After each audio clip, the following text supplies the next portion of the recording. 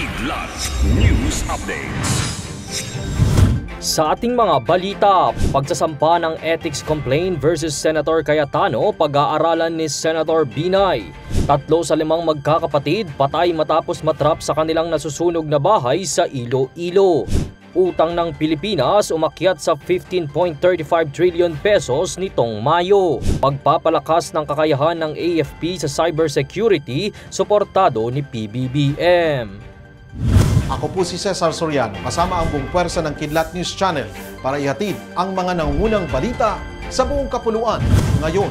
Pag-aaralan ng kampo ni Senator Nancy Binay ang pagsasampa ng ethics complaint laban kay Senator Alan Peter Cayetano. Ito ay matapos magkainita ng 2 mambabatas sa kasagsagan ng legislative inquiry tungkol sa presyo at panahon ng konstruksyon ng new Senate building. There is none. Excuse me, Point point. is not 23 billion. Order. Thank you, Mr. Chairman. I made my point. There's no such thing as 23 billion sa Paulit-ulit na tayo kanina Thank you, pa Mr. na Chairman. 21.7 billion. Kabuang Kanaday. Nauwi ang sagutan sa Tapusin natin na pag-walk out maayos ni to, Senator Senado to ng Binay sa Pilipinas, pagdinig hindi to matapos siyang akusahan ni Cayetano na nagdidikta ng tanong sa media at tinawag na marites, isang terminong inuugnay sa pagiging tsismosa. Hindi umano nakaka-statesman ang inasal ng senador sa pagdinig. Sa nasabing hearing, iginiit ni Binay na ipinagpipilitan umano ni Cayetano na 23 billion pesos ang halaga ng tinatayong gusali kahit na mahigit 21 billion pesos lang ito base sa datos ng Department of Public Works and Highways o DPWH. Ngunit depensa ni Cayetano, mula umano mismo sa coordinating team ng senador ang 23 billion pesos na datos.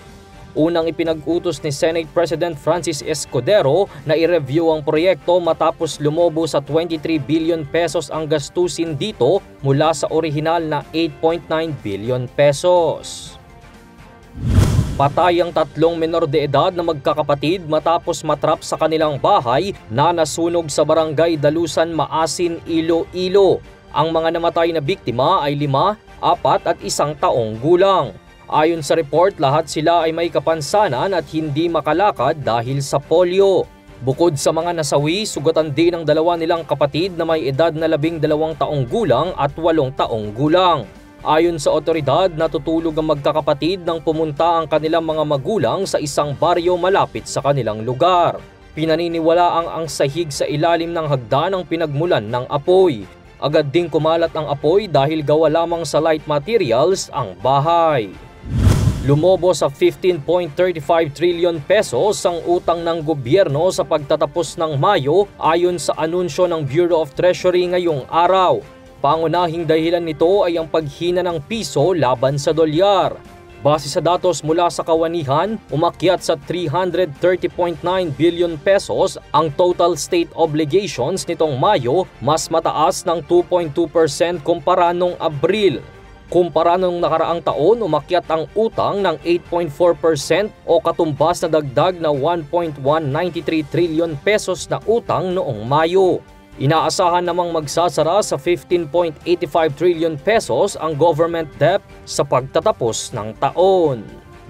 Nagpahayag ng suporta si Pangulong Ferdinand Marcos Jr. sa Armed Forces of the Philippines o AFP sa kanilang hangaring mapalakas ang kanilang kakayahan na harapin ang mga suliranin sa cybersecurity. Sa Mid-Year Command Conference ng militar sa AFP General Headquarters sa Camp Aguinaldo, sinabi ni PBBM na mahalagang maka-adapt ang AFP sa bagong cybersecurity tactics para maprotektahan ang mga mamamayang Pilipino sa external at internal threats. Prinesenta rin ng ground commanders sa naturang conference ang update sa kanilang mga operasyon at ang kanilang assessment sa internal at external security threats sa bansa. Para sa Kidlat News Updates, ito si Jai Reyes, nag-uulat. At inyo pong natunghayan ang mga headlines sa nakalipas na mga oras. Manatili nakatutok para sa mga susunod na updates at breaking news. Ako po si Cesar Soriano, kasama nyo sa bawat pagputok ng balita.